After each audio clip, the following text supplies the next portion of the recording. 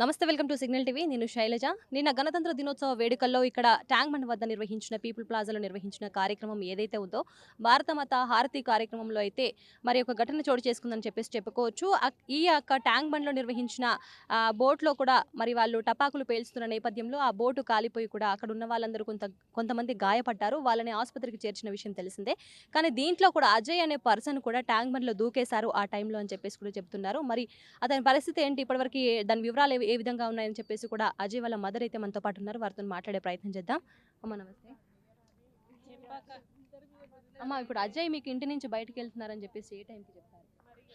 6:30కి చెప్పిండండి. చెప్పారు. ఏంటమ్మా అసలు ఏం జరిగింది ఒకసారి చెప్తారా? 6:30కి నేను ఇట్లా బయటికి పోతామ్మా, స్కూటీ తీసుకురా అని చెప్పిండు. మేము బయటికి వెళ్ళినాం, నేను మా హస్బెండ్. అయితే సరేలే వస్తున్నారా అని చెప్పిన. ఇక రాగానే డ్రెస్ మార్చుకొని పోయిండు. పోయినాక ఎడిగిపోతున్నాం అని అడగలేక నేను తర్వాత అడుగుదాం తీ అన్నట్టు తర్వాత ఫోన్ చేసిన. ఫోన్ చేసి 8:30కి అట్లా ఫోన్ చేస్తే ఏడున్నారా అంటే ట్యాంక్ బండ్ పైన ఉన్నా, ఒక 2 గంటలు అయినాక వస్తా అని చెప్పిండు. అంతే, ఇక అదే ఫోన్, ఇక అది లాస్ట్ కాల్. మళ్ళీ ఫోన్ చేస్తే ఇక అసలు స్విచ్ ఆఫే వస్తుంది. ఇక 9:30కు 10:30కు 11:30కు చేస్తూనే ఉన్నా, స్విచ్ ఆఫే వస్తుంది ఫోను. అంతే అండి, ఇక ఏం చెప్పలేడు ఇక నాకు అసలే. ఇదే జరిగింది అని చెప్పేసి మీకు ఎవరు చెప్పారు, ఎప్పుడు చెప్పారు? మా అబ్బాయి ఫోన్ చేసిండు, మా మరిది కొడుక్కి చేస్తే ఆయన ఫ్రెండ్స్కి ఫోన్ చేస్తే ఇట్లా అయ్యింది ఈడ, అజయ్ కూడా కనిపిస్తలేడు అనగానే ఈడికి వచ్చినాం. 2:30కి అట్లా, 2:30కి అట్లా వస్తే పోలీసు వాళ్ళు అన్నారు పొద్దుగాల గాలింపు చర్యలు చేపిస్తా, అప్పుడు తెలుస్తుంది అని అన్నారు. అయితే కొందరు హాస్పిటల్ ఉన్నారట, అక్కడ హాస్పిటల్లో మా వాళ్ళు పోయి చూస్తే అక్కడ లేడు మా కొడుకు. ఇక్కడ అదే ఇట్లా ఇప్పుడు తను ఆ టైంకి ట్యాంక్ బండ్లో ఈ వాటర్లో దూకేశారని చెప్పేసి అంటున్నారు. పోలీస్ వాళ్ళు ఆ టైంకి గాలింపు చేపడతామని చెప్పేసి చెప్పలేదా మీకు నైట్ 2 గంటలకి? చేసిర్రట, అందరినీ తీసినాము, కొందరు కాలిన వాళ్ళని హాస్పిటల్ వేసినామని చెప్పారు. అంతే, ఇక అన్నీ ఇక మా హస్బెండే చూసుకున్నాడు. ఇక నేను ఏది మాట్లాడలే, నేను ఏడ్చుకుంటూ కూర్చున్నట్లనే మా కొడుకు కనిపిస్తలేడు అనగానే చేసుకున్నారు, అయిపోయింది. అది అక్కడితో వదిలేసి అయిపోయేది. మళ్ళీ నైట్ 9కు పేల్చుడు అవసరమా చెప్పండి? పేల్చుడు ఏంది, ఆనందం ఏంది, వేరే వాళ్ళ ప్రాణాలతో ఆడుకోవడం ఏంది? ఇప్పుడు అది నీళ్ళలో పడ్డది కాబట్టి అందరు సేవ్ అయ్యారండి. అటో ఇటో బయట ఎక్కడన్నా బస్సు మీదనో ఏడనో పోయేటప్పుడు పడుతుంది. అది ఎవరికి నష్టం? ప్రజలకే కదా నష్టం. వాళ్ళకైతే ఏమి ఉండదు, మంచిగానే ఉంటారు ఎక్కడోళ్ళు అక్కడ. అదే అట్లా చూపించుకునే బదులు ఆ పైసలు దేనికన్నా యూజ్ చేయాలి, బీదోళ్ళకు యూజ్ చేయాలి. ఇవి ఎందుకు ఇవన్నీ చేసుకోవడం, ప్రోగ్రాంలు పెద్దగా గ్రాండ్ అవి చేత కాదు, అవి చేయనికి అస్సలు కాదు. ఇది చేస్తాం అది చేస్తాం, ఎలక్షన్ల టైంలో మేము ఇది చేస్తాం మేము అది చేస్తామని వస్తారు, ఒక్కటి చేయరు. ఈడ వచ్చిన పంచలైతే తలకాయ నొప్పి ఎక్కువైపోయింది కాంగ్రెస్ వచ్చినప్పటి నుంచి. అయితే అంటే పార్టీలు చేస్తాడు, అంటే పార్టీలు చేస్తాడు, అంటే ప్రోగ్రామ్స్ పెడతాడు. మొన్న 1 ఇయర్ అయింది, ఆ రోజు అంత ఖర్చు పెట్టిండు.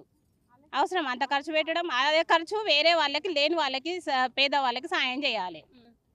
అసలు ఎవరు రాలేదా మీకు ఇంతవరకు ఎవరు రాలే. 23 ఏళ్ళ కొడుకుని చిల్లర పెట్టి ఇడ కూర్చున్నాం. ఇది ఏమిటి గురించి పెండ్లం మిండెన్ కానీ పెండ్లం ఉన్నమన్న వాళ్ళకు ఓట్లు వేయలే, లంచ కొడుకు పట్టించుకోడు బాడుకో. ఇంతవరకు 23 ఏళ్ళ కొడుకు అలా పెట్టి పట్టించుకోడా బాడుకో. రమ్మన్నాడు అమ్మ, పోలీసు వాళ్ళ ముంగట్నే తిట్టిన ఇప్పటిదాకా, మస్తు తిట్టిన. ఏమన్నారు పోలీసు వాళ్ళు? మరి వాళ్ళు ఏమంటారు, ఎక్కడ చిక్కిండో ఏడాదయ్యిండో ఇంత అది చేయలేదని ఆడంటారు. వాళ్ళు అంటారు, వాళ్ళకి ఏం అవసరం పోలీసుకి కూడా? డ్యూటీ మందమే పోలీసోడు, ఏం చేయలేడు, ఏం చేయలేడు అన్న. పానాలు ఓడగొడితే లంచ కొడుకు గిట్లుంటాడు. సీఎం గాడు పట్టించుకోవాలి కదమ్మా, పట్టించుకోవాలి వద్దా? ఇట్లా ఎంతమందిని పెట్టుకుంటాడు పొట్ట మీద, లంచ కొడుకు ఎంతమందిని పెట్టుకుంటాడు అని ఆయన కడుపు అయితే అట్లే ఊకున్నా. చెప్పు, మన్మడవుతాడు, మందిని మింగుతాడు. చెప్పు, ఇట్లా పట్టించుకోవాలి నవ్వద్దా? ఊరికనే వచ్చినావురా, ఊరికనే గెలిచినావురా? నీ అమ్మ మిండేందా, నీ పెండ్ల మిండేందా? నోట్ల మన్నువయ్యా అని ఇంత పీన్గెళ్ళ ఇంతవరకు ఒక పెద్ద మనిషి, ఒక లీడరు, ఒక సీఎం గాడు వాళ్ళు ఏమంటారు మినిస్టర్ లేరు తొక్కలుగాడు ఏ బాడుకోవు లేడు ఇక్కడ ఏ బాడుకోవు లేడు ఇంతవరకు పొద్దున్న నుంచి ఇడిగిలా పడితే 3 గంటల నుంచి ఇడిగిలా పడితే ఏ బాడుకోవు లేడు. అసలు ఇన్సిడెంట్ జరిగిందని చెప్పేసి మీకు ఎప్పుడు తెలిసింది? మాకు సాయంత్రం టీవీలో చూసిన తర్వాత ఇన్సిడెంట్ జరిగిందని తెలిసిందమ్మా. అప్పటి వరకు మీకు తెలియదు. తెలియదండి. ఎవరు ఫోన్ కూడా చేయలేదా ఇలా జరిగిందని చెప్పేసి?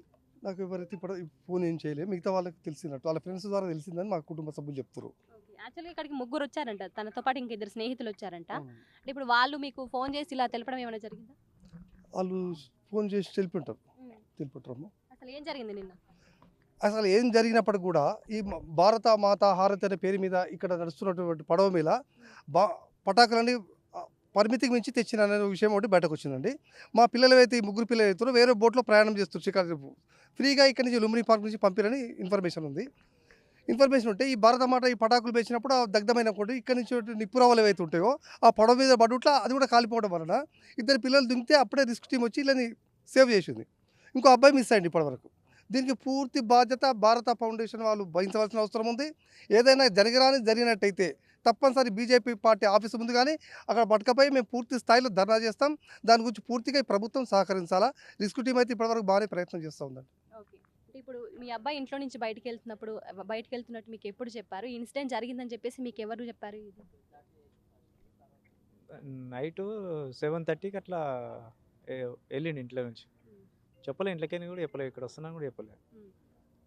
8:30కి వాళ్ళ మమ్మీకి ఫోన్ చేస్తే చెప్పిండు ఇక్కడ ట్యాంక్ బండ్ దగ్గర ఉన్నాను. ఇక అంతే వస్తానా అని చెప్పిండు. ఒక 10-11 గంటల వరకు వస్తా అని చెప్పిండు. అంతే. ఇక తర్వాత ఫోన్ 9:30కి మళ్ళీ ఫోన్ చేస్తే స్విచ్ ఆఫ్ ఉంది ఫోన్. ఇట్లా ఆ నుంచి కనిపిస్తలేడు.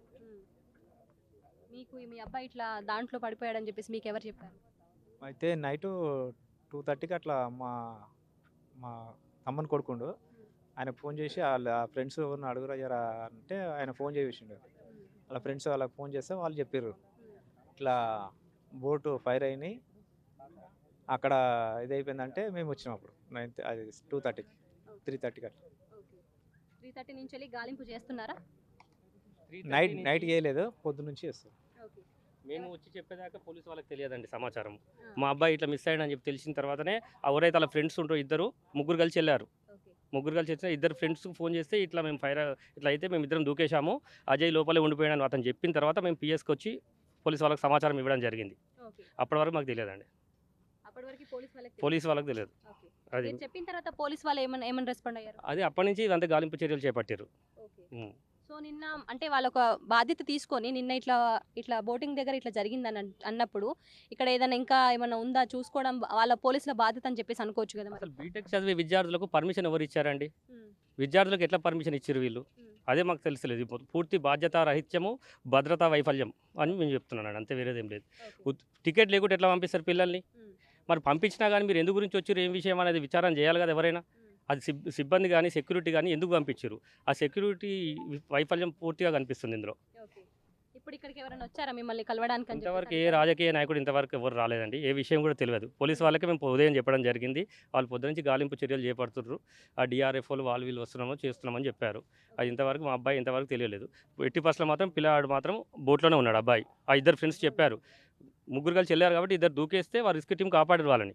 అందులోనే బోట్లోనే ఉన్నాడని ఆ 2 పిల్లలు చెప్తారు. ఒక అబ్బాయి ఇప్పుడు ఆ బోట్లో తిరుగుతున్నాడు. అది నేను రాత్రి నుంచి ఉన్నాడు. అతనే పూర్తి ఐ విట్నెస్. నేను గ్రేటర్ హైదరాబాద్ పద్మశాలి సంఘం అధ్యక్షుడిని. మేము మార్నింగ్ 8:39కు మేము టీవీ చూసినప్పుడు ఇక్కడ ఒక పిల్లవాడు ఇట్లా భారతమాత హారతికి వచ్చిన బాబు ఇట్లా చనిపోయిండు, ఇట్లా మంటలు లేగినాయని తెలిసింది. అయితే దానికోసమని మేము ఎంక్వైరీ చేస్తే ఈ బాబు మా రిలేషన్లో మా పద్మశాలి సామాజిక వర్గానికి చెందినవాడు కాబట్టి మేమందరం ఇంకా వస్తున్నారు చాలామంది. అది ఇప్పుడే తెలిసింది కాబట్టి అందరికీ ఇన్ఫర్మేషన్ ఇస్తున్నాం. ఇది మొత్తం దీని ఫుల్ బాధ్యత ఇక్కడ మహారాతి చేసిన కిషన్ రెడ్డి గారు దాన్ని ఫుల్గా బాధ్యత వహించి తగిన న్యాయం చేయాలి కుటుంబానికి. కానీ ఇప్పుడు ఆ బాబు బీటెక్ చేస్తుండు, ఆయన ఆటో డ్రైవర్, ఎంత కష్టమవుతుంది అనేది మీకు తెలవాలి. అదే ఇది గవర్నమెంట్ కూడా ఆలోచించి దీని మీద గట్టి చర్యలు తీసుకోవాలి. ఇప్పటివరకు మేము చూస్తున్నాం, మేము పొద్దుటి నుంచి ఇక్కడ 6 నిమిషాలు ఇప్పుడు నిన్న రాత్రి నుంచి వీళ్ళు ఇక్కడనే ఉంటున్నారు. ఇప్పటి వరకు ఒక అధికారి రాలేడు, ఒక రాజకీయ నాయకుడు రాలేడు. ఇప్పుడు మహాహారతి చేసిన ఇప్పుడు కిషన్ రెడ్డి గారు కానీ వాళ్ళ ఎవరైనా నాయకులు ఇక్కడికి ఒక్కరు కూడా రాలేరు. సో ఇప్పుడు మనం విజువల్స్లో చూసుకున్నట్లయితే బోట్ కనిపిస్తుంది కదా, ఆ బోట్లో అయితే పరిమితికి మించి క్రాకర్స్ తీసుకువచ్చారు. అయితే ఆ బోట్లో క్రాకర్స్ పేలుస్తుండగా ఆ నిప్పు రవ్వలు ఏదైతే ఎగిరి వేరే బోట్లో పడ్డాయి, అది కూడా ప్రయాణికులు ఉన్న బోట్లో అయితే పడ్డాయి. ఆ క్రాకర్స్ పేల్చడానికి ఎవరైతే వచ్చారో వాళ్ళున్న బోట్లో పడి వాళ్ళు పూర్తిగా గాయాల పాలైనట్లు మనం చూసుకోవచ్చు. అదేవిధంగా ఇప్పుడు ఇదే సందర్భంలో అంటే అదే టైంలో కూడా మరి ఈ యొక్క కార్యక్రమాన్ని చూడడానికి వచ్చిన వారు ఎవరైతే ఉన్నారో అందులో కూడా అజయ్ అనే పర్సన్, తర్వాత తన తోటి స్నేహితులు ఎవరైతే ఉన్నారో ఆ క్రాకర్స్ పేలే టైంలో కూడా మరి ట్యాంక్ బండ్లో అయితే వాళ్ళు ఉన్నట్లు కూడా తెలుస్తుంది. మరి మొత్తానికైతే ఆ క్రాకర్స్ యొక్క నిప్పు రవ్వలు జరిగి వాళ్ళ బోట్లో కూడా పడడం వల్ల వెంటనే అక్కడ అధికారులు ఉండి వాళ్ళని రక్షించడం జరిగింది. కానీ ఆ యొక్క బోట్లో ఉన్న అజయ్ మాత్రం తను ట్యాంక్ బండ్లో దూకి అంటే తన ప్రాణాలను రక్షించుకోవడానికి ట్యాంక్ బండ్లో దూకినట్లు కూడా సమాచారం. మరి ఇప్పటివరకైతే గాలింపు చర్యలు చేపడుతున్న నేపథ్యంలో కూడా మరి అజయ్ ఆచూకీ తెలియకపోవడం అనేది కూడా మనం చూసుకోవచ్చు. అయితే క్రాకర్స్ తీసుకొచ్చిన బోటు అక్కడ ఉన్నైతే దగ్ధమైన బోటు కూడా ఇంకొకటి ఉంది, అంటే 2 బోట్లు ఉన్నాయని చెప్పేసి కూడా చెబుతున్నారు దీంట్లో.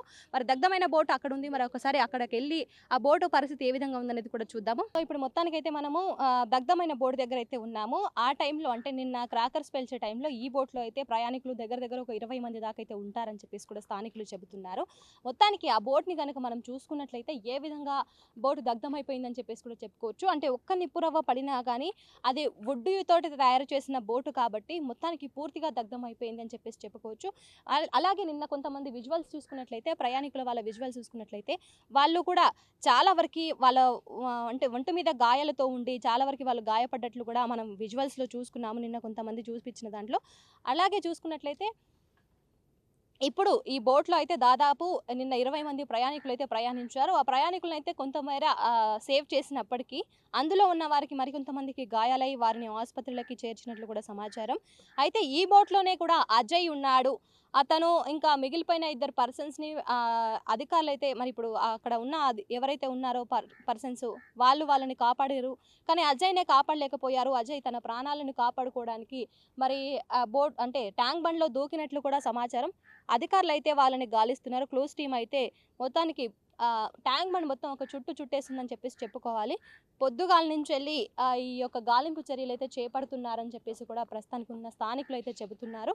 బోట్ని మొత్తానికి చూసుకున్నట్లయితే బోట్ని చూడడానికి ఎంత దగ్ధమైపోయింది, మరి అందులో ఉన్న ప్రయాణికుల పరిస్థితి ఏంటి, మరి ఇంత నిర్లక్ష్యంగా అంటే పరిమితికి మించి టపాకులు తీసుకురావడం ఏంటి, ఎంత వాటర్లోనైనా కానీ టపాకులు పేల్చడానికి ఎవరికి ఇబ్బంది లేకుండా ఎంత వాటర్లో టపాకులు పేల్చడానికైనా కానీ పరిమితికి మించి టపాకులు తీసుకురావడానికి టూరిజం అధికారులు ఎందుకు మరి వాళ్ళకి తీసుకురావడానికి ఎందుకు పర్మిషన్స్ ఇచ్చారని చెప్పేసి కూడా ప్రశ్నిస్తున్నారు.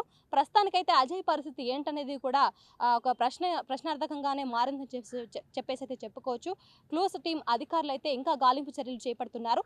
దాదాపు 17 గంటల నుంచి అయితే ఈ గాలింపు చర్యలు కొనసాగుతున్నట్లు కూడా మరి వాళ్ళ తల్లిదండ్రులు చెప్పడం జరుగుతుంది.